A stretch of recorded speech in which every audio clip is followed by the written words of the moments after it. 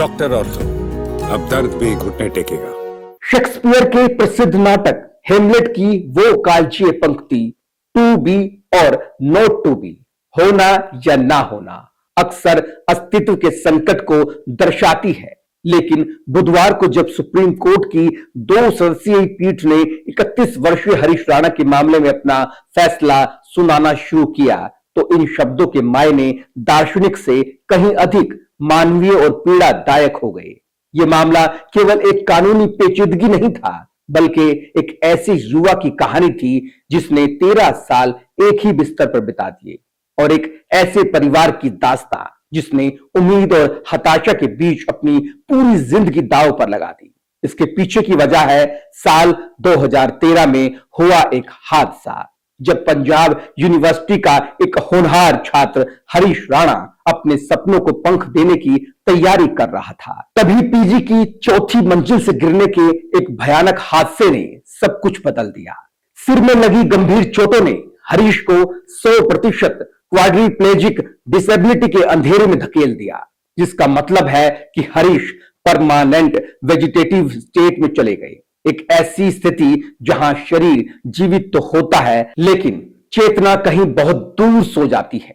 पिछले 13 वर्षों से बिस्तर पर रहना, ना बोल पाना, ना सुन पाना, ना अपनी पीड़ा किसी को बता पाना, ऐसे में हरीश के लिए यह जीवन सिर्फ सांसों के आने जाने तक सीमित रह गया था। जब विज्ञान हार गया और उम्मीदों के दिए बुझने लगे, तब हरीश के बुजुर्ग माता पिता और भाई ने भारी मन से सुप्रीम कोर्ट का दरवाजा खटखटाया। उन्होंने मांग की कि हरीश को इस जीवित मृत्यु से मुक्ति दी जाए और उनके लाइफ सस्टेनिंग ट्रीटमेंट को वापस ले लिया जाए। जनवरी 2026 में इस मामले पर लंबी बहस हुई।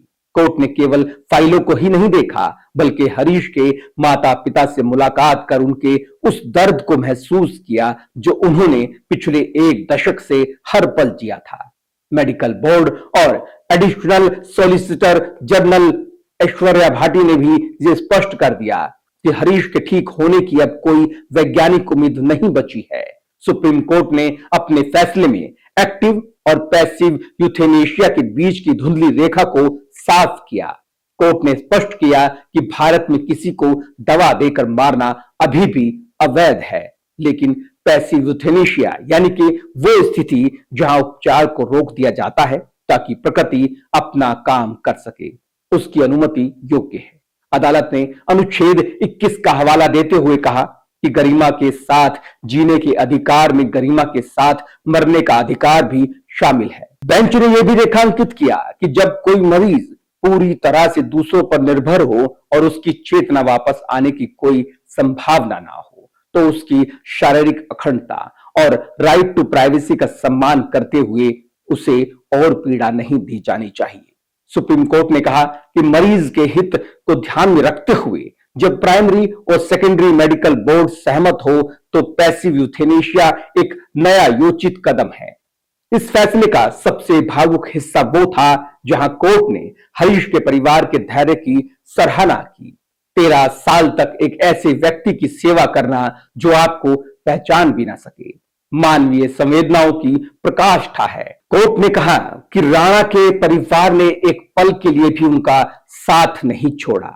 साथ ही कोर्ट ने एडवोकेट रश्मि नंद कुमार, ध्वनि मेहता और लॉ क्लर्क्स की कानूनी टीम के गहन शोध और संवेदनशीलता की भी तारीफ की। यह उनकी मेहनत ही थी जिसने कानून की कठोर किताबों के बीच से एक मानवीय रास्ता निकाला।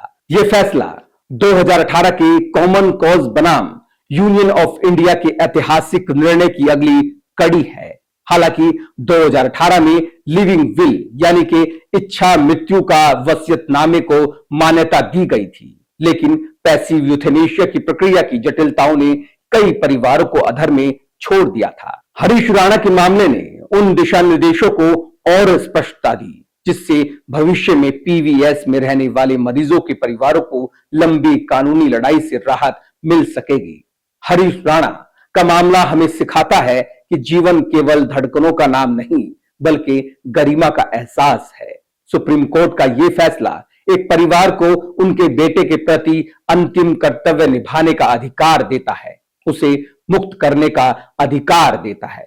ये कानून की जीत से ज्यादा करुणा की जीत है। अब हरीश राणा उस शोर और पीड़ा से दूर जा सकेंगे जहां शायद वो पिछले 13 साल से जाना चाहते थे।